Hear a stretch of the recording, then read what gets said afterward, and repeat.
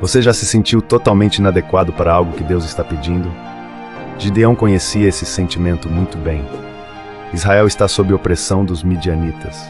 O povo vive escondido, com medo. Gideão está malhando trigo dentro de um lagar, escondido como um covarde.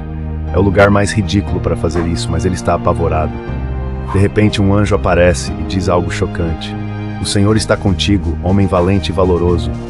Gideão olha ao redor pensando, está falando comigo? Eu sou o menor da família mais fraca de Israel. Mas Deus não vê o homem tremendo no esconderijo. Ele vê o libertador que Gideão se tornará. Ele vê o guerreiro que derrotará milhares com apenas 300 homens. Essa é a verdade poderosa. Deus não te chama pelo que você é hoje. Ele te chama pelo que você se tornará em suas mãos.